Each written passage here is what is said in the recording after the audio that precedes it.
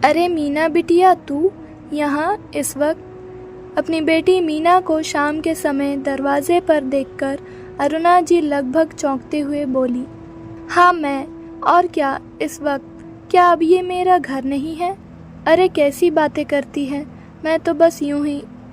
राजेंद्र भाई साहब कहीं गए हुए हैं? मेरा मतलब किसी के यहाँ? मीना ने गुस्से में अपनी माँ को देखते हुए कहा, गए नहीं थे, मगर मैंने आज सब झंझट ही ख़त्म कर दिया है। झंझट? कैसा झंझट? बेटा तू बता, राजेंद्र भाई साहब ठीक तो है? घर में घुसते हुए मोहन बाबू चिंतित से होकर बोले, जो कि ड्यूटी से लौटे थे। पापा, दुखी कर दिया था उन्होंने, मेरी ज़िंदगी ही ख़राब कर दी थी। सोचा था रमेश जी के बाद मैं उनकी बहू नहीं बेटा बनकर सेवा करूंगी, मगर कभी कुछ तो कभी कुछ, आए दिन मुझे दुखी करते रहते थे। आज मैंने सब झंझट ही ख़त्म कर दिया। क्या किया तूने? राजेंद्र भाई साहब के साथ बोल। गुस्से से मोहन बाबू चिल्लाते हुए बोले, पापा मुझे समझ नहीं आता, आप मेरे पापा हो या मेरे ससुर के भाई? बेटी घर आई है, बजाय इसके कि उसके दुख दर्द को पूछते बस राजेंद्र भाई साहब। मीना आखिर बात क्या है? अरुणा जी बीच में बोली। मीना रो पड़ी। माँ आप जानती हो ना, रमेश जी के जाने के बाद मैं नौकरी भी करती हूँ और अपने ससुर की देखभाल भी, मगर जब देखो मुझे ही ताने देते रहते थे। कल बोले मेरे 2 दोस्त क्या आ गए, तुमसे चाय बनाकर पिलाना भी नहीं हुआ। मैंने कहा बाबूजी दूध खत्म हो गया था तो मैं लाने चली गई, लेकिन लाई तो आपके दोस्त चले गए थे। मैंने बस उन्हें बताना चाहा था तो बिगड़ पड़े और कहने लगे तुम झूठ बोलती हो, मेरा एक छोटा सा काम करने में तुम्हें इतना तकलीफ होता है और मेरे पेंशन पर पूरा हक जमाती हो, लेकिन मेरा ख्याल रखना भी नहीं हो पाता तुमसे। इससे तो अच्छा मैं वृद्धाश्रम चला जाता, वहाँ अच्छे से रहता और अपनी सारी पेंशन अपने ऊपर खर्च करता। माँ, उन्होंने मुझ पर पेंशन का ताना मारा। उनकी पेंशन जितनी आती है उससे कम खर्च है क्या उनका? दुनिया भर की रिश्तेदारी और उस पर से यह बीमारी का खर्चा, ऊपर से सवेरे शाम खिचखिच। बस मैंने भी सुना दिया तो वह आग बबूला होकर बोले, तो छोड़ क्यों नहीं देती मुझे किसी वृद्धाश्रम में? इस घर से अच्छा तो मेरी ज़िंदगी किसी वृद्धाश्रम में ही रहेगी।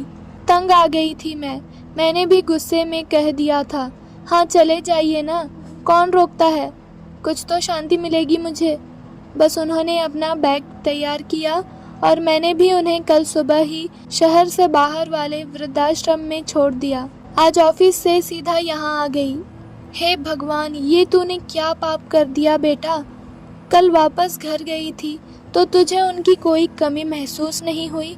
क्या घर के बुजुर्ग अपने बच्चों पर बोझ बन जाते हैं? ऐसे तो कल हम भी तुझे बस बोझ लगेंगे। मीना मोहन बाबू और अरुणा जी की ओर देखने लगी थी, जो कि रो रहे थे। फिर उसे बीती हुई शाम याद आई। जब वह घर पहुंची तो घर एकदम से शांत था। जब वह पानी पीने के लिए फ्रिज खोलकर बोतल निकाल रही थी तो बाबूजी की आवाज़ कानों में गूंजी, मीना एक गिलास पानी मुझे भी देना। जी बाबूजी, मगर वहाँ कोई नहीं था। उसे अकेलापन खल रहा था। सचमुच बाबूजी तो चले गए थे, साथ में घर की खुशियाँ भी ले गए थे। तुझे पता भी है राजेंद्र भाई साहब तेरे साथ ऐसा बर्ताव क्यों करते हैं? मुझे बताया था उन्होंने। मेरे मना करने के बावजूद भी वो कहते थे, मीना मेरी बेटी नहीं बेटा है, मगर मैं अपने लिए उसकी ज़िंदगी नहीं बर्बाद कर सकता। वो मेरे जीते जी दूसरी शादी नहीं करेगी, साफ मना कर देगी। वो मेरे लिए अपनी ज़िंदगी ख़राब कर ले, एक पिता होकर अपनी बेटी को बर्बाद होने दूं? नहीं, मैं अपने लिए अपनी बेटी को ये कुर्बानी नहीं करने दे सकता। आप उसे समझाते क्यों नहीं मोहन बाबू? मेरी कुछ सुने तब समझाओ ना उसे।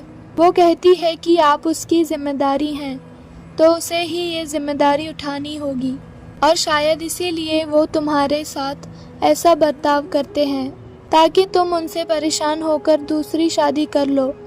हे भगवान, कहते हुए मीना तेजी से अपना पर्स उठाकर बाहर की ओर दौड़ी। वो लगातार दौड़ती रही। आश्रम पहुंचकर जैसे ही उसने बाबूजी को देखा तो लोक लाज भूलकर ऐसे गले लगी जैसे बचपन में मेले में बिछड़ने के बाद मिलने पर अपने बाप के गले लगी थी। मैं माफ़ी के काबिल तो नहीं हूँ बाबूजी, पर मुझे माफ़ कर दीजिए। सीमा ने वृद्धाश्रम से ससुर को लाया वापस। नहीं बेटा, तुम मुझे माफ़ कर दो।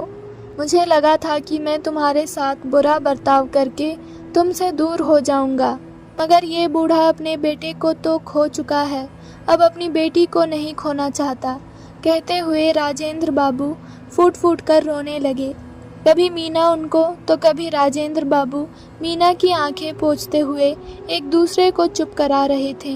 वहीं दूसरी ओर थोड़ी दूरी पर खड़े मोहन बाबू और अरुणा भी भीगी हुई पलकों को साफ करते हुए मुस्कुरा रहे थे। तो दोस्तों, कैसी लगी आपको ये कहानी कमेंट करके ज़रूर बताना, और कहानी पसंद आए तो वीडियो को एक लाइक करके चैनल को सब्सक्राइब ज़रूर कर लेना, और साथ में बेल आइकन को भी दबा देना ताकि आने वाली अगली वीडियो आप तक तुरंत पहुंच सके। धन्यवाद।